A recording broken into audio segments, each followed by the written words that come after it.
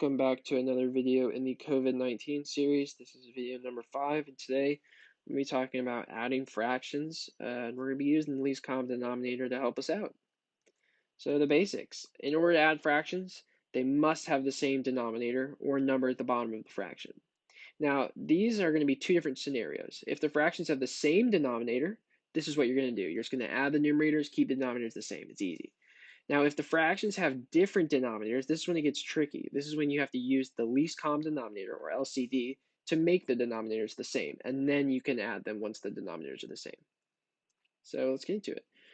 1/3 plus 1/3. It's just classic of the first scenario. The denominators are the same. They're both 3. So what we're going to do is add the numerators, keep the denominators the same. 1 plus 1 is 2.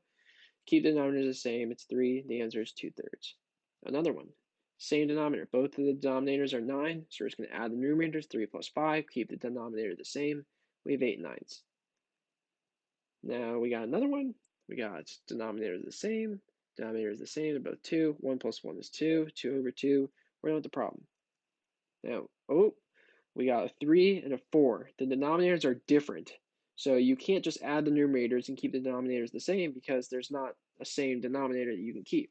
So this is when we're going to have to use LCD, or least common denominator. Now, least common denominator is the lowest common multiple of the denominators in a set of fractions. To find the LCD, use multiplication. And then be sure to know your number pattern / your factors. It'll just make the process go much quicker if you're able just to, just know what numbers are divisible by what, knowing that, 36 is divisible by 6, and, it's just stuff like that. You're just going to want to make sure you understand multiplication and have a good set and a good foundation on factors. Now, let's start off with an easy one. We got 1/3 plus 1/2. Denominators are obviously different.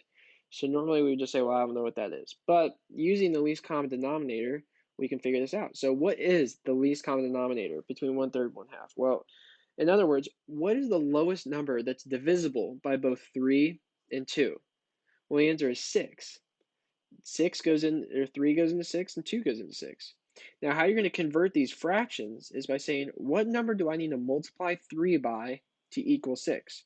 And the answer to that question is 2. So we're going to multiply the top by 2 and the bottom by 2.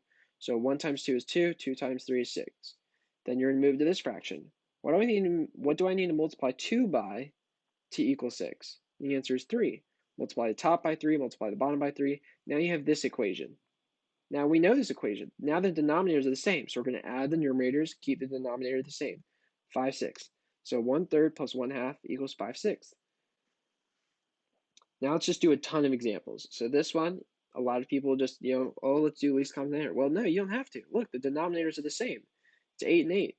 So we're just going to add the numerators, keep the denominators the same. 7/8. Done. Now in this one, well, this one, the denominators are different. So we're going to have to find the least common multiple. So what's the lowest number that 6 and 4 are both divisible by? Well, let's think. It's not 6. Is it 12? Yeah, 12 is divisible by both 6 and 4. So we're going to convert this. 6 times what equals 12? Well, it's 2. So multiply top by 2, bottom by 2. 4 times what equals 12? Well, 4 times 3 equals 12. So multiply top by 3 and bottom by 3. So notice, this 3 gets multiplied by 3. 3 times 3 goes to 9. So no matter the number up here, you just multiply that by whatever you're going to have to multiply the denominator by to get to that least common denominator.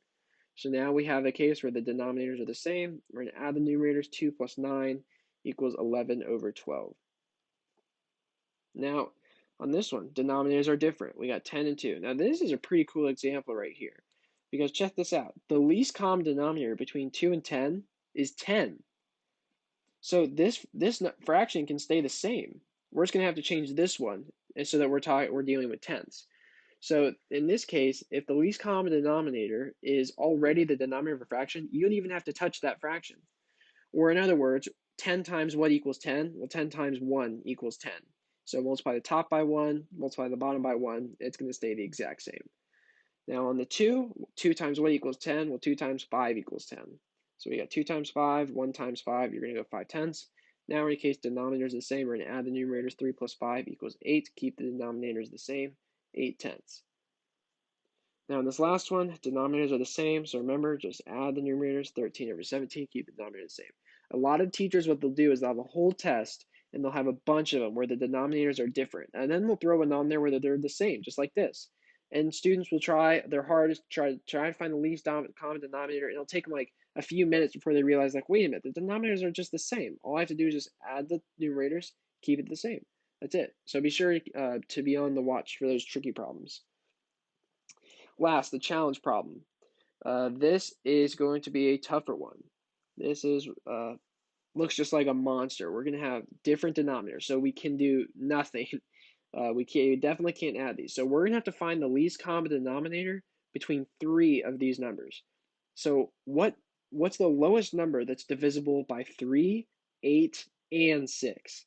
Well, let's test them. So 8. 8 is obviously a factor of 8. Does 3 go into 8 evenly? No. So we can just cross that off the table. What about 16? Does 3 go into 16? No, and neither does 6, so we can cross that off the table.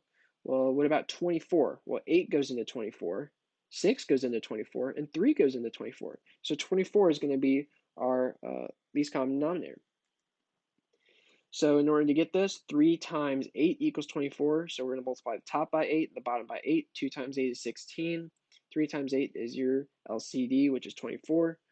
On this one, 8 times what equals 24? 8 times 3 equals 24. So multiply the top by 3, multiply the bottom by 3. 3 times 3 is 9. 8 times 3 is your LCD, which is 24. And then 6, well, 6 times 4 equals 24. So multiply the top by 4, multiply the bottom by 4, and keep the denominator the same. Now, look, denominators are the same on all these. So we're going to add the numerators, keep the denominator the same. 16 plus 9 plus 4 equals 29. Keep the denominator as 24. And we're done. That's it.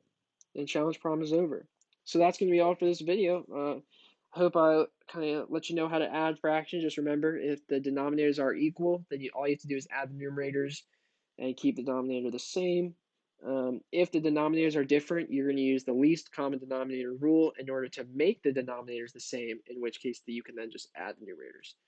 And I hope I answered any questions. If you have any specific questions or any topics you'd like me to cover, just go ahead and leave it in the comments and I'll make a video on it. And I hope everybody stays healthy and is doing well. Adios.